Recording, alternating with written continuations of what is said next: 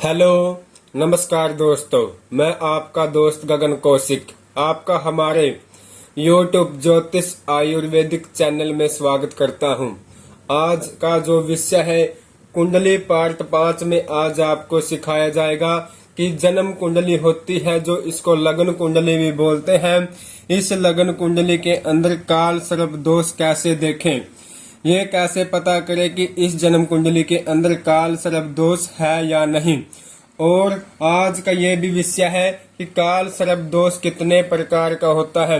लगन कुंडली से जाने कि आपके जो लगन कुंडली है उसमें कौन से नाम का काल सर्प दोष है।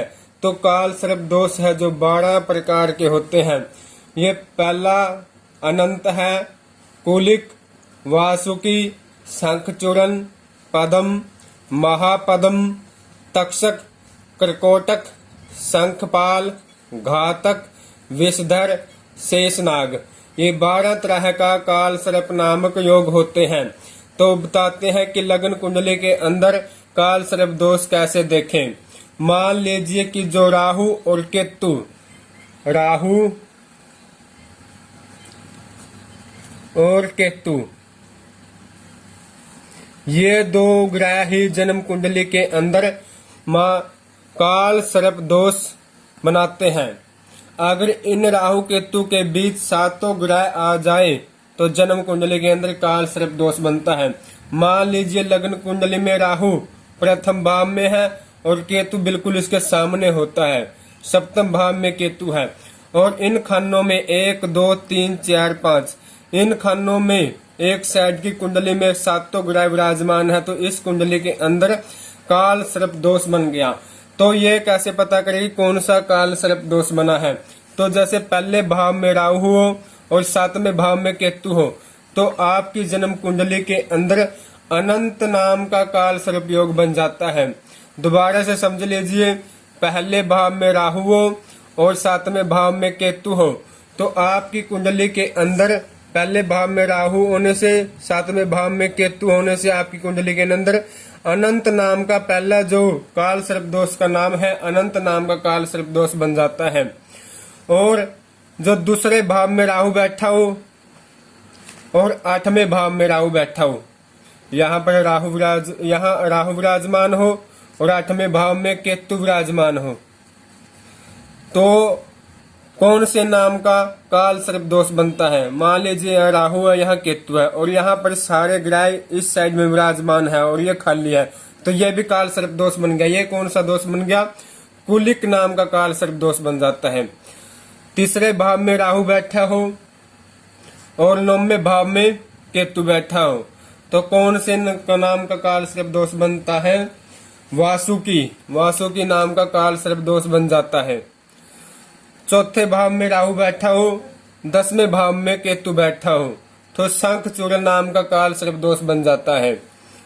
5वें भाव में राहु बैठा हो, 11वें भाव में केतु बैठा हो तो पदम नाम का काल सर्प दोष बन जाता है। इसी प्रकार छठे भाव में राहु हो और 12वें भाव में केतु हो तो कौन से नाम का काल सर्प दोष बनेगा?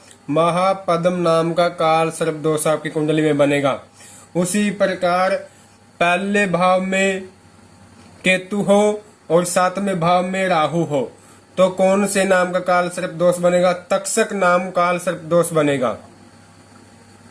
उसके बाद 8वें भाव में राहु हो और दूसरे भाव में केतु हो तो कर्कोटक नाम का काल सर्प दोष बनेगा।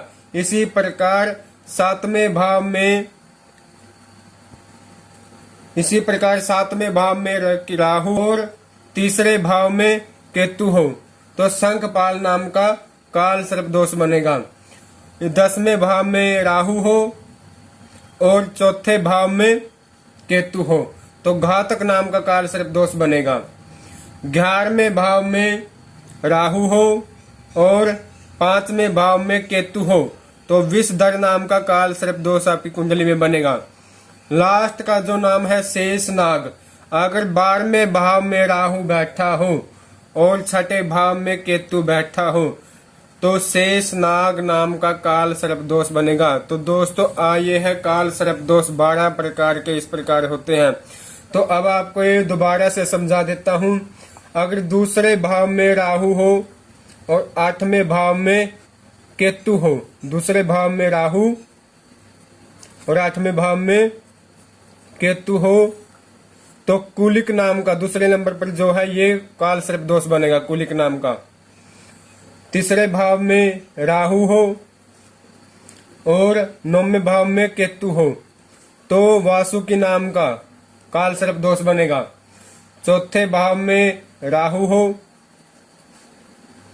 और 10वें भाव में केतु हो, तो चौथे नाम का शंख चूर्ण नाम का काल सर्प दोष बनेगा।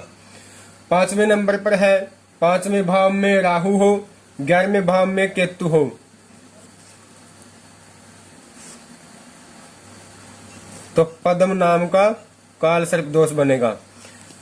उसके बाद 6ठे भाव में राहु बैठा हो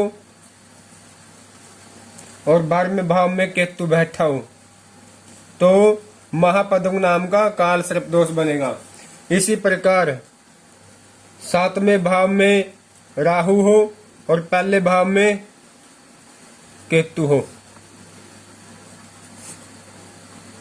तो 7वें नंबर पर जो है तक्षक नाम का काल सर्प दोष बनेगा। इस प्रकार 8वें भाव में राहु हो, दूसरे भाव में केतु हो, तो 8वें नाम का काल सर्प दोष बनेगा। इसी प्रकार 9वें भाव में राहु हो, तीसरे भाव में केतु हो, तो संघपाल नाम का काल सर्प दोष बनेगा। 10वें भाव में राहु हो, चौथे भाव में केतु हो, तो घातक नाम का काल सर्प दोष बनेगा। 10वें नंबर पर है जो। 11वें भाव में राहु हो और 5वें भाव में केतु हो, तो विषधर नाम का काल सर्प दोष बनता है। इसी प्रकार 12वें भाव में राहु हो और 6ठे भाव में केतु हो, तो शेष नाग नामक का काल सर्प दोष बनता है। राहु केतु के मध्य में जो ग्रह आते हैं, उन मध्य के बीच में राहु केतु ये 9 ग्रहों को 7 ग्रहों को अपने बीच में ले लेते हैं, तो जन्म कुंडली के अंदर काल सर्प दोष बनता है। तो आज का हमारा यही विषय था कि जन्म कुंडली में कौन सा काल सर्प दोष बना हुआ है। तो धन्यवाद दोस्तों। हमारे YouTube चैनल को ज्यादा से ज्यादा शेयर करें, सब्सक्राइब करें, लाइक करें। जय श्री राम। धन्यवाद।